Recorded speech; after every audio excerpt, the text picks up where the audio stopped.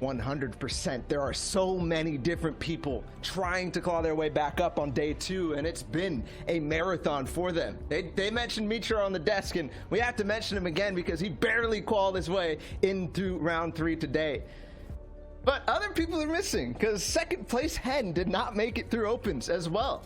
Even though he got second place, it's hot and cold for him now, though. We're watching a fight at the Coral Cove. We mentioned it.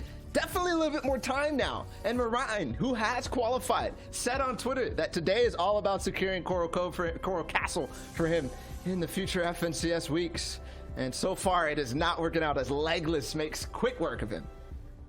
Switching over to that top pyramid tank just so he doesn't get edited out. The crash pad doesn't come through. He's actually going to get it. The code is going to go in as well, but that player is not in the box, and the edit comes through. Chapix predicts it perfectly, and that's the tack versus the charge right there. Sometimes the tack is just better, and he is going to be able to pick up the elimination onto McCody, but he's got to worry quickly about that third party. Yeah, the third party comes back, but Chapix has already made quick work of it, and he almost gets him right back in the same box, a trap, a bait, but it doesn't work out. He did win that earlier fight because the player edited it out and couldn't reset the wall in time, but now the phase through, but he's gone up in a way that might actually be awful for that other player, as now he's boxed up even further down on low ground, but he's still attacking. Chapix starting off strong in this first game, and he wants more.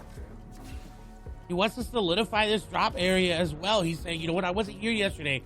These players might have been. I don't know how they played. I want to get in here. I want to say, hey, look, you're missing out on my action. You're missing out on me being involved in this. And so he wants to take Jules down. Not the missing boss there, but this player down below gets a big shot, though. But again, the tack versus the charge is just going to have its advantages here, as that player was looking elsewhere. He went for a llama, kind of gave it up, but the rest of the games, he was contested here and still won. Fighting at yesterday, but this is actually a long third party all the way over to the Logjam POI, the unnamed version over here that just returned, and he's already inserting his influence not only on the one POI that he starts at, but also others in the area, and that affects his rotation path going forward. We had Savage, Benji, and Mongrel at one point in the top 5 yesterday, and there's the snipe finally for Savage. Not on Wolfies, but still, these early elims for Savage is something that he's known for, just taking the opportunities. Might be typical for Europe, but also typical for Wolfies. We've seen this happen time and time again, and there's a player holding him outside of the zone. He's down to 10 HP. He does have some small shield potions to use and also the med kit, but how does he find the time with another player coming out of zone and one who's already been here, and he's pinched between both sides? I see no way of Wolfies getting out of this run right now. Gotta make a creative play. That crash pad might have done it.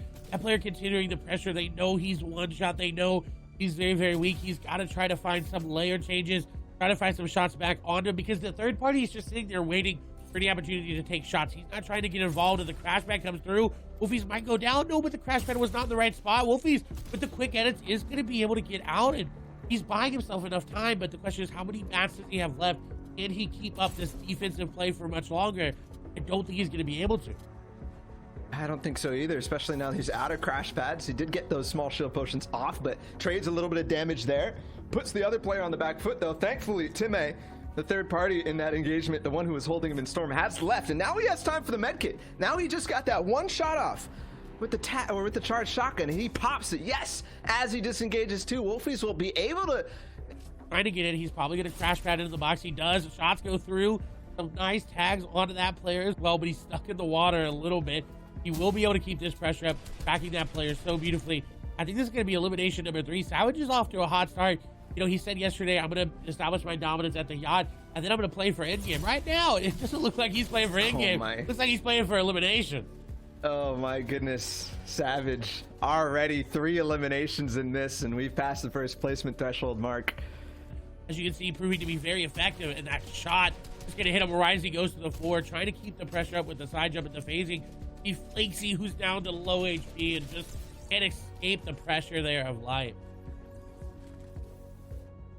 That Pepper just gonna push Savage aggression just a little bit more. He's catching up to him. He's got the speed to do it, and the continued pressure, the harpoon used to break the walls, crash pad in. This player's more likely gonna go down, and they do. Savage is just stomping the lobby. Oh my goodness. And with little effort too, going to get eliminated, whether it's them who take him out or the zone. Because 18 HP right now for Edison, and it's a 2-tick. He's got like 2 seconds remaining after this, and he's gonna go down to Orza. But Orza so far from that edge of zone, he could probably make it there if he pops the crash pads and the bandages at the same time. But this is gonna be he might very even have to use a launch pad.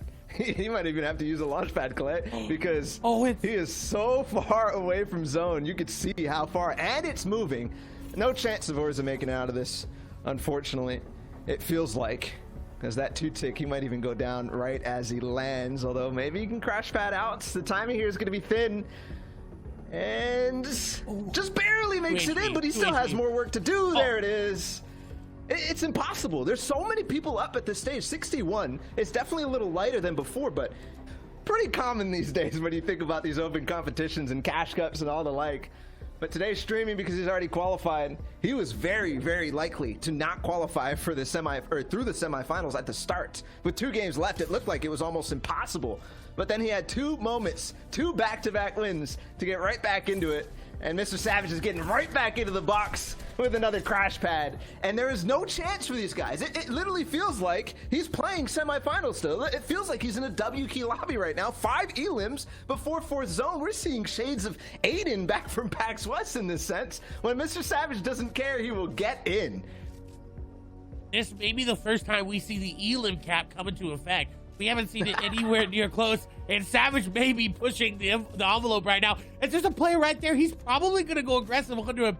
He does wait up for a little bit, but no, he's back in the box. Shots come through, and there's another elimination. Hold on a second. Is this Wolfies we're watching? What is going on? This feels like we're watching the DreamHack Finals and FNCS Invitationals Finals with Wolfies' perspective, but no, it's MrSavage. Maybe that brief tweet that... Absolutely insane. But this is the first time for everything. There's 0 point previous winners in the FNCS in day 1 finals. The first time that has happened in EU. That's very, very, very big coming in there as we come on to Bad Sniper, who is looking very, very bad in this area. 101 builds, no extra shields, no extra heals, 5 crash pads, and some AR ammo. I don't know how he's gonna have to make a very, very interesting play, but someone down below is not gonna let that happen. Oh my goodness. It's not just MrSavage now. It feels like even Bad Sniper's channeling his inner Wolfies as a player tries to get into his space. Bad Sniper will hold that out. We've got 5th zone. The rotates have to be on. Approaching the end game, and there's definitely a few people who've racked up a lot of eliminations. Just to clarify, that's previous grand finals winners in towards stage 3. So there's Mitro. He's still up in this game. Obviously, MrSavage, Benji, we saw a little earlier. Light, who we saw have that one wonderful fight.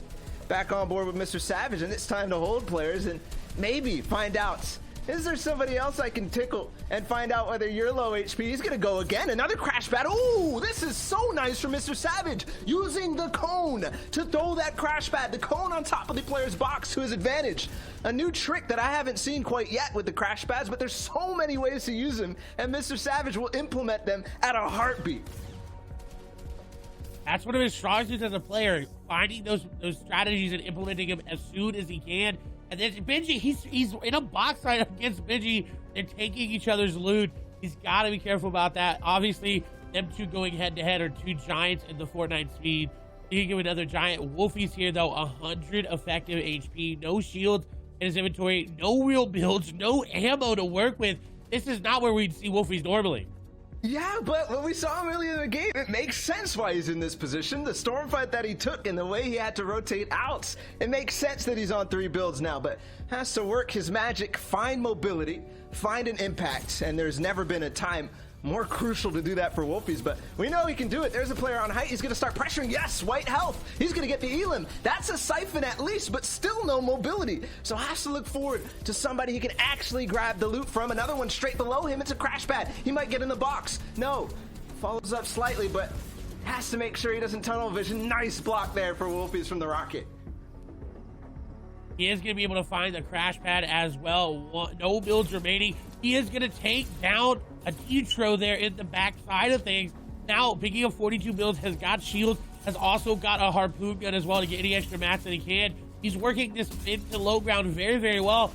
This is where we see him operate time and time again. It didn't matter that he had no builds. It didn't matter that he had no HP. He had a shotgun and an AR in his inventory. That's all he needed. but Benji's gonna chop him down. On the backside of him too. And we have Belvede on height, who we saw take out Mongrel earlier in that game, so he might have Ocean's loot off of the Fortilla, but Benji finds another one. We're still having MrSavage though, and he's back to endgame Savage. He's gonna target up that height, gets a couple of tags, but does not go up. That's not enough information for him. Here's the short launch. He will be able to get a lair here in zone on the edge too, making sure that there's not much congestion where he lands. That free layer gonna have him so many opportunities to just walk into his area, and that's exactly what he's looking. He's staying back. He's not moving too far forward because he does have the floppers. He does still have the launch pad that he can work with, and he's trying to find eliminations. He's already on 7 eliminations. How many more can he get is the question, or will he stay at 7 going into these last moments? He's already established himself as one of the best here in these qualifiers as well as the past games, but right now it's just putting on a clinic. But he's going to drop down to 34 HP and change his layers. He is going to be able to pop the flopper, but no builds remaining. Savage is going to have to pull off something crazy here.